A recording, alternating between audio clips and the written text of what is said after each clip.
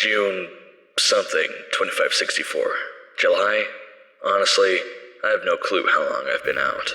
Darius awakes and monologues, along with Killian. He informs him of many details. Freakydex being a blowtorch for artifacts, some dramatic tension. However, by the end, he waits their rematch and even hands him a knife connected to his adrenaline color. That is if, or when, it's revealed. Meanwhile, Rajek returns to Wilburn and along with Zero, or not I guess, they head off, moving out, awaiting info from Wilburn. Back with the villains, Cassie and Shade's brother talk as Killian informs them of the plan, or I guess just chatting. After some character moments between him and Ren, Kaylin informs them of Shade's arrival at the Tilted Towers. There, and as the MLG dudes chat, Skeleton Crew move in, readying the battle ahead. Now with the breakdown section, Darius monologues now understands Shade and what happened to him. Shade's leave in the fight, and regarding Killian's line of I taught him fear. Both in the last episode, it's clear to him that it didn't go well. So much so for Shade to cower away. As he monologues, Killian does too. I'm recapping, aren't I? It's so easy to accidentally write it that way. Okay, moving on. From Killian, we see that he had realized, such hero potential from Darius.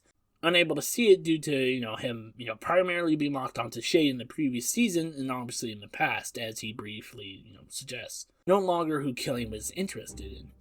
Seriously, we gotta get the events of Kunto Bite more expanded on. Something we can hope, Season 6 will actually do. If not, Origins. Why not kill Darius? Well, his circle most certainly agrees. Killian doesn't want to yet, since he's proven his worth. Stopping Blue, and who they considered to be, the best, Kaylin and Baxter too. Upon asking him that she's alive, Killian tells them that she is, and yeah, he's clearly personally affected by what happened to her, as we obviously see in What.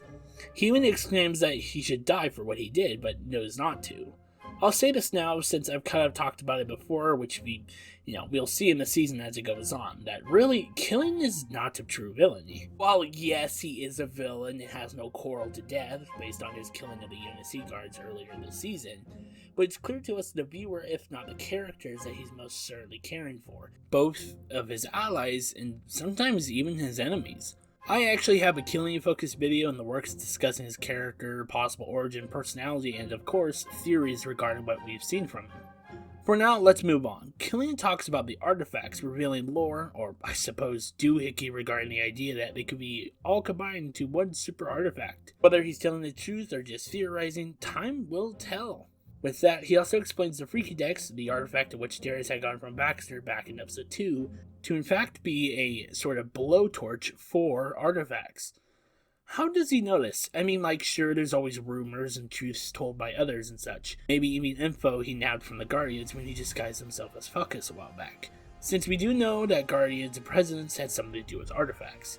If not only just the Tiki Dex. I'm pretty sure all presidents agreed that the Tiki Dex would be stored here. It's where the Tiki Dex is, of course! Killian also moves on to talk about the Tiki Dex, saying that he's unable to use it, telling him that he's connected to it in some way.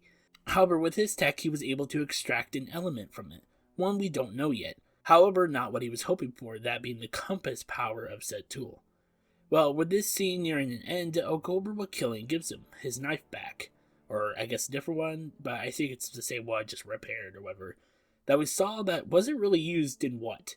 He also informs that he had touched it up a little bit, making it have lights, ones that would glow the color of his adrenaline, whenever or if we ever see his color. Okay, let's get to the next scene. Roderick returns to Wilbur to Zero, telling him that Darius, the prisoner, that being Baxter, was taken by Killian in his car, moving west. It seems like he's, he too is a snoop. Or I guess he is, he is UNSC, and so he might use their tech to see it. Telling the White Seth Whacker to take Zero and move on the Jeep that way, he leaves, saying he could dig up some information. Upon him leaving, Zero's already gone, so Rodney just moves out alone. Anyway, Kaylin tells him Shade arrived at Tilted Towers. The killer of Ian's moves the order for Lewis and Skeletons to move in when ready. With it, he also says to alert the Alpha Gamers upon their return. I'm gonna be honest, I have no idea what that means. I assume Skeleton Crew, but really, does it matter? We just gotta move on to Carla's office, morgue, region, you get it. We of course see Baxter in the back as she is out of commission, set by Killian earlier this episode, being helped out by Carla. Despite her psychotic actions, which we do see Carla wondering of, to use her as a field test for a test, which Killian puts a stop to immediately. Good old Carla, who I personally still see as the Dan Grape stalker back in Garden of Pumpkin Hill.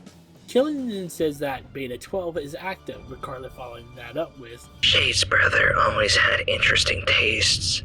I appreciate his desire to test human psychology. Carla talking about Shade's brother doesn't make much sense here. To me. He didn't have to do anything with the skeleton crew, stuff. Unless Beta 12 wasn't referring to the fight, but, how Baxter's being healed or something. Or maybe Carla just moved the conversation along after Killian's news. Anyway, we see that she's also scientifically, psychologically, torturally wondering the mental states of someone such as Red, most likely referring to the species difference. Or maybe, as we see in a bit, how Red is. His request to take part in the fight is high, suggesting either the need to fulfill a promise, maybe gloat, or maybe he's just needy. Really, we don't quite know much about him. He's quite new to the series, and as we see later, we get a little more of him in future episodes. Here, Killian also reveals his character Red, which we got into a little bit earlier, that Killian doesn't have care for his troops. However, we only really see he's more spoken or shown regarding Baxter and Red. Their relationship unknown. We also get some interesting news. No, we already lost Matt. Who knows what happened to Blue? They don't even know where she is. I mean, Kaylin does. That fucking stalker. At Tilted Towers, Shade arrives to the Guardians. At Tilted Towers, Shade arrives and asks the Guardians for a weapon for such, a bitch boy known as Killian, who Uncle Fuckus recognizes from Kunto Bite. Uncle Fuckus also comes up with the idea that a weapon he needs is an artifact, and, he thinks he can hook him up.